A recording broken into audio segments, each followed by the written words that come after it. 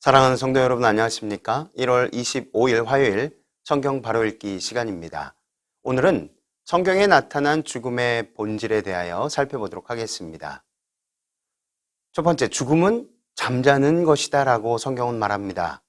성경은 죽은 자의 상태에 대하여 어떻게 말하고 있을까요? 성경은 죽음을 잠자는 것이라고 분명하게 말하고 있습니다. 죽음은 부활까지의 일시적인 무의식 상태라는 것입니다. 구약 성경은 역대의 왕들의 죽음을 다음과 같이 잠자는 것으로 묘사합니다. 열왕기상 2장 10절에 다윗이 그 열조와 함께 누워 자서 다윗 성에 장사되니, 열왕기상 11장 43절 솔로몬이 그 열조와 함께 잠에 그 붙인 다윗의 성에 장사되고 그 아들 르호보암이 대신하여 왕이 되니라.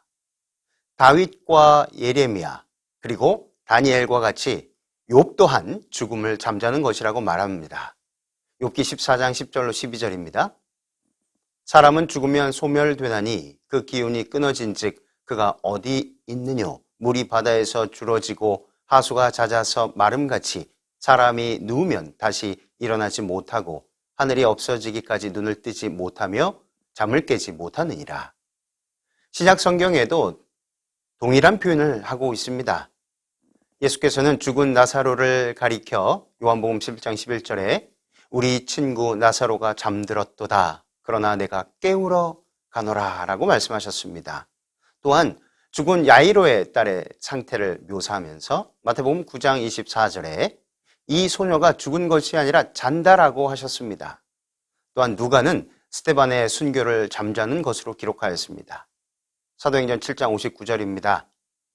저희가 돌로 스데반을 치니 스데반이 부르짖어 가로되 주 예수여 내 영혼을 받으시옵소서 하고 무릎을 꿇고 크게 불러 가로되 주여 이 죄를 저들에게 돌리지 마옵소서 이 말을 하고 자니라. 바울과 베드로 역시 죽음을 잠이라고 불렀습니다. 성경이 이처럼 죽음을 잠이라고 한 데에는 죽은 자의 상태가 잠자는 사람의 상태와 공통점이 있기 때문입니다. 몇 가지 공통점을 살펴보면 다음과 같습니다. 첫 번째, 죽은 자는 의식이 없다는 것입니다. 전도서 9장 5절로 6절입니다.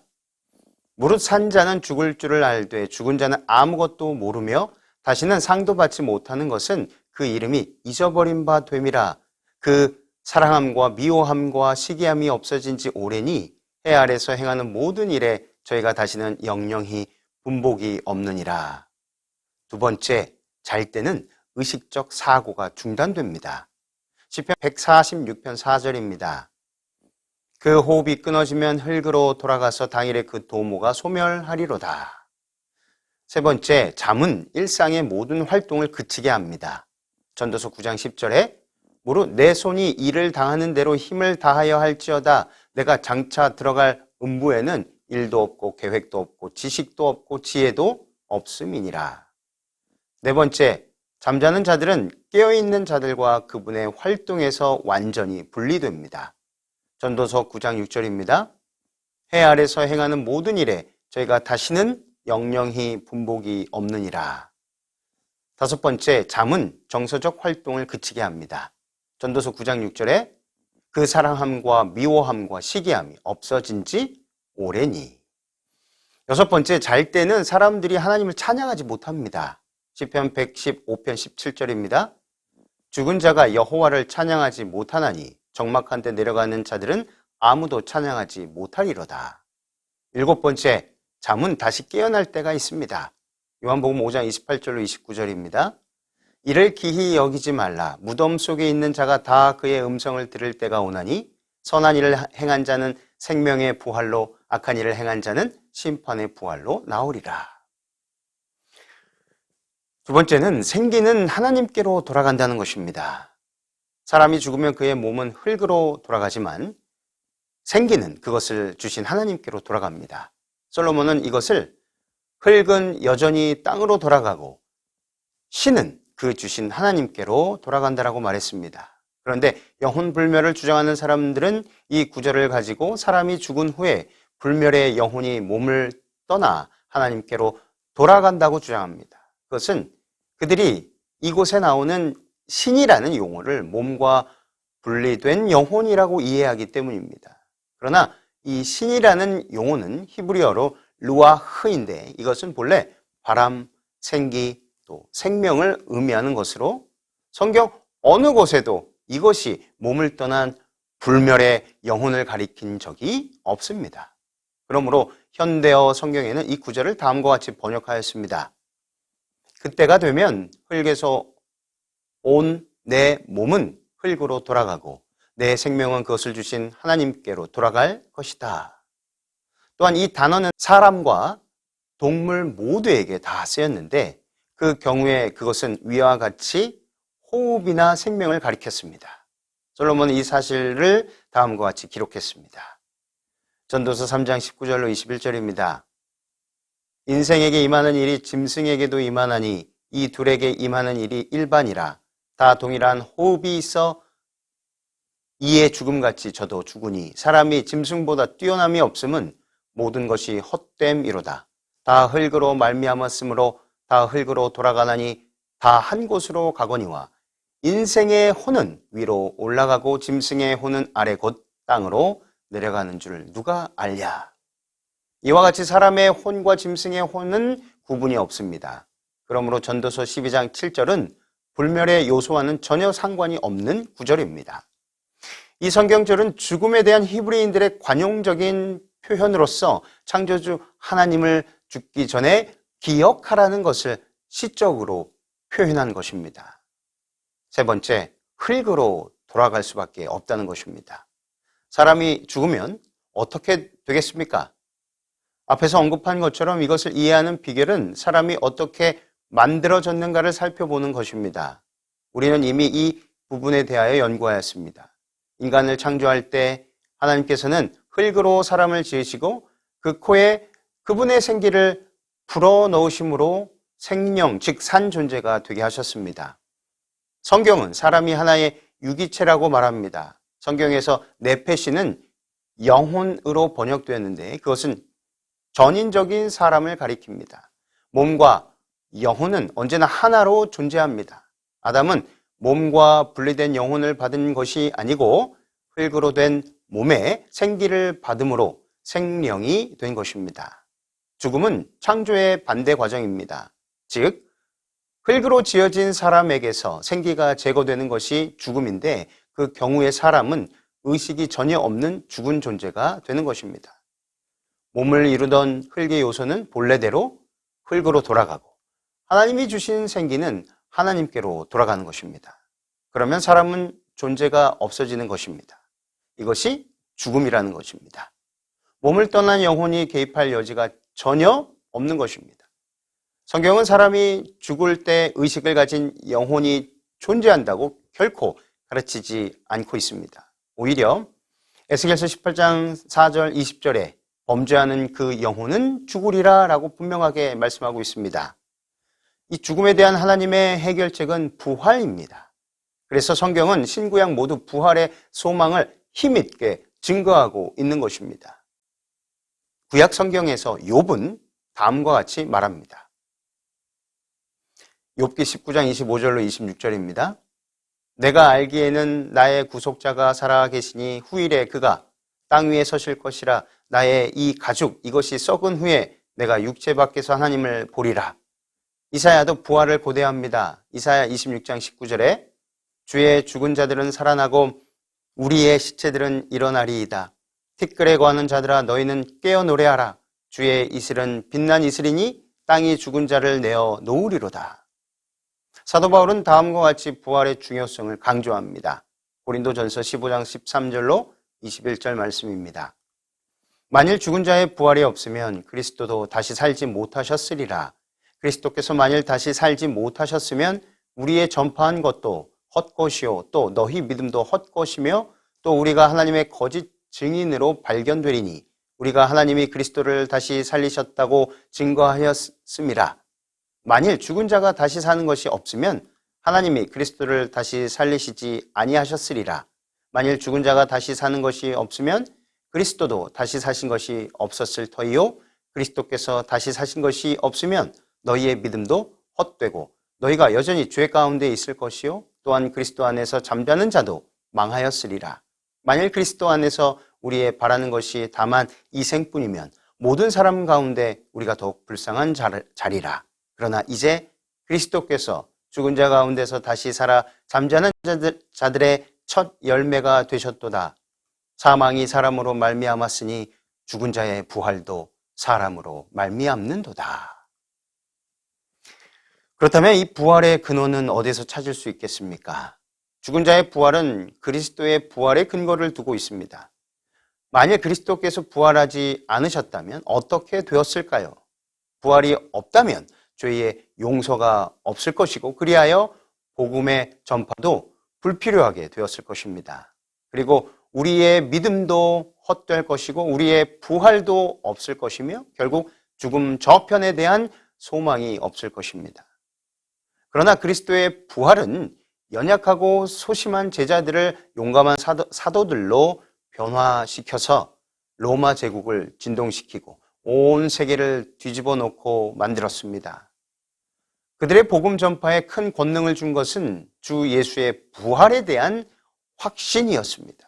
바울은 자신이 사내들인 앞에 신문을 받은 것은 죽은 자의 소망, 곧 부활 때문이었다라고 주장했습니다. 부활은 몇 가지의 부활이 있습니까? 두 가지 부활이 있습니다. 하나님께서는 부활을 통하여 우리에게 영생을 주시겠다라고 약속하셨습니다. 그리스도께서는 두 가지의 부활이 있을 것을 말씀하셨습니다. 요한복음 5장 28절로 29절에 이를 기이 여기지 말라. 무덤 속에 있는 자가 다 그의 음성을 들을 때가 오나니 선한 일을 행한 자는 생명의 부활로 악한 일을 행한 자는 심판의 부활로 나오리라. 이 두 부활 사이에는 천년간의 기간이 있습니다. 첫 번째는 생명의 부활입니다. 생명의 부활은 다른 말로 첫째 부활이라고 불립니다. 요한은 이 부활에 참여하는 자들은 복이 있고 거룩하다라고 하였습니다. 왜냐하면 그들은 천년기 끝에 있을 둘째 사망을 당하지 않게 될 것이기 때문입니다. 불멸의 생명은 이 부활 때에 받게 될 것입니다. 산자나 죽은 자나 영원의 출발점은 같을 것입니다. 물론 첫째 부활은 재림의 때에 있을 것입니다. 그러면 부활한 육체는 무엇과 같을 것일까요? 그리스도처럼 부활한 성도들도 실제적인 육체를 가질 것입니다. 바울은 말합니다. 고린도전서 15장 50절 53절에 형제들아 내가 이것을 말하노니 혈과 육은 하나님 나라를 유업으로 받을 수 없고 또한 썩은 것은 썩지 아니한 것을 유업으로 받지 못하느니라. 보라 내가 너희에게 비밀을 말하노니 우리가 다 잠잘 것이 아니요 마지막 나팔에 순식간에 호련히 다 변화하리니 나팔 소리가 나매 죽은 자들이 썩지 아니할 것으로 다시 살고 우리도 변화하리라. 이 썩을 것이 불갑을 썩지 아니할 것을 입겠고 이 죽을 것이 죽지 아니함을 입으리로다. 부활 후에도 우리는 여전히 몸을 갖게 될 것인데 그것은 지금처럼 썩을 몸이 아니라 썩지 않을 몸을 입게 될 것입니다. 그 몸은 하나님께서 처음 인간을 창조하셨을 때의 그 몸과 같을 것입니다. 그것이 바로 인간을 구원하시는 하나님의 계획의 궁극적인 목적이요 완성입니다. 심판의 부활입니다. 심판의 부활, 둘째 부활은 천년기 끝에 있을 것입니다.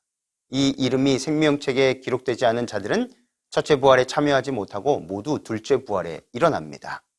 그들은 모두 둘째 사망을 경험하게 될 것입니다. 그러나 그리스도와 함께 이기는 자는 둘째 사망의 해를 받지 아니할 것이라고 약속하셨습니다. 그렇다면 재림 이후의 사건들은 어떤 사건들일까요? 첫 번째는 악인의 멸망과 의인의 승천이 있습니다. 재림 시에 살아있던 악인들이 그리스도의 영광으로 인해 죽게 됩니다. 데살로니가후서 1장 8절로 9절에 하나님을 모르는 자들과 우리 주 예수의 복음을 복종치 않는 자들에게 형벌을 주시리니 이런 자들이 주의 얼굴과 그의 힘의 영광을 떠나 영원한 멸망의 형벌을 받으리로다. 데살로니가후서 2장 8절입니다. 주 예수께서 그 입의 기운으로 저를 죽이시고 강림하여 나타나심으로 패하시리라. 그리고 구원받은 성도들은 승천하게 되는 것입니다. 사탄이 결박되어 황폐된 지구에 갇히게 됩니다. 이제 재림으로 의인은 모두 천국으로 갔고 악인은 모두 죽었습니다. 예수의 재림과 함께 폐허가 된 지구는 시체들이 널려있는 참혹한 상태가 될 것입니다. 성경은 그런 상황을 예언합니다. 예레미야 4장 23절로 25절에 내가 땅을 본즉 혼돈하고 공허하며 하늘들을 우러른즉 거기 빛이 없으며 내가 산들을 본즉 다 진동하며 작은 산들도 요동하며 내가 본즉 사람이 없으며 그 황폐된 지구에 사탄과 악한 천사들은 결박될 것입니다. 이때에 일어나는 사건들은 고대 이스라엘의 성소 봉사에서 대속죄일의 아사셀의 의식을 통해서 표상되었습니다. 천년기 동안의 사건들은 어떤 사건들입니까? 그리스도께서는 구속받은 자들과 함께 하늘에서 악인들의 조사 심판을 하실 것입니다. 요한은 성도들이 천년기 동안의 심판에 참여할 것을 보았습니다. 계시록 20장 4절입니다. 내가 보좌들을 보니 거기 앉은 자들이 있어 심판하는 권세를 받았더라.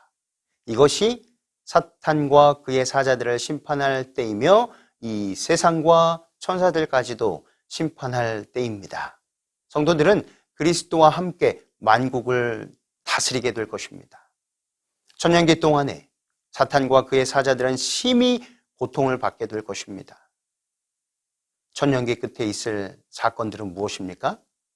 천년기가 끝나면 악인들이 부활하게 되고 사탄은 놓여나게 될 것입니다. 그는 악인들을 선동하여 새 예루살렘을 공격할 것입니다. 그리스도께서는 이제 악인들의 심판을 집행하심으로 대쟁투를 끝내시고 지구를 새롭게 하셔서 당신의 영원한 나라를 그 위에 세우실 것입니다. 사탄과 그의 사자들과 악인들은 이제 영원한 죽음을 당하게 될 것입니다. 하늘에서 불이 내려와 구원받지 못한 모든 자들을 소멸할 것입니다. 이것이 유황불못이요 둘째 사망인 것입니다. 이제 새 하늘과 새 땅이 창조됩니다. 계시록 21장 1절 또 내가 새 하늘과 새 땅을 보니 처음 하늘과 처음 땅이 없어졌고 바다도 다시 있지 아니하더라. 하나님과 성도들이 영원히 함께 살게 될 것입니다.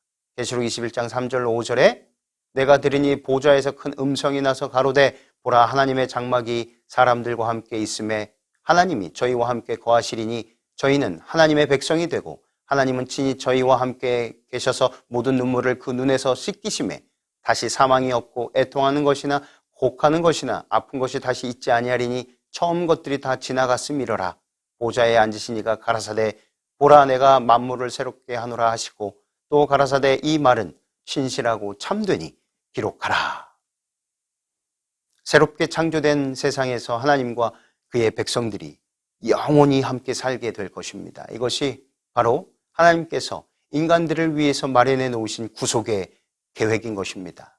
이것은 막연한 이상이 아니라 조만간 우리에게 나타날 현실이 될 것입니다. 오직 예수님만 바라보시고 어디로 인도하시든지 따라가시며 믿음으로 인내하여 그 날을 맞이하게 되시기를 주님의 이름으로 기도하며 오늘 말씀을 마치겠습니다. 감사합니다.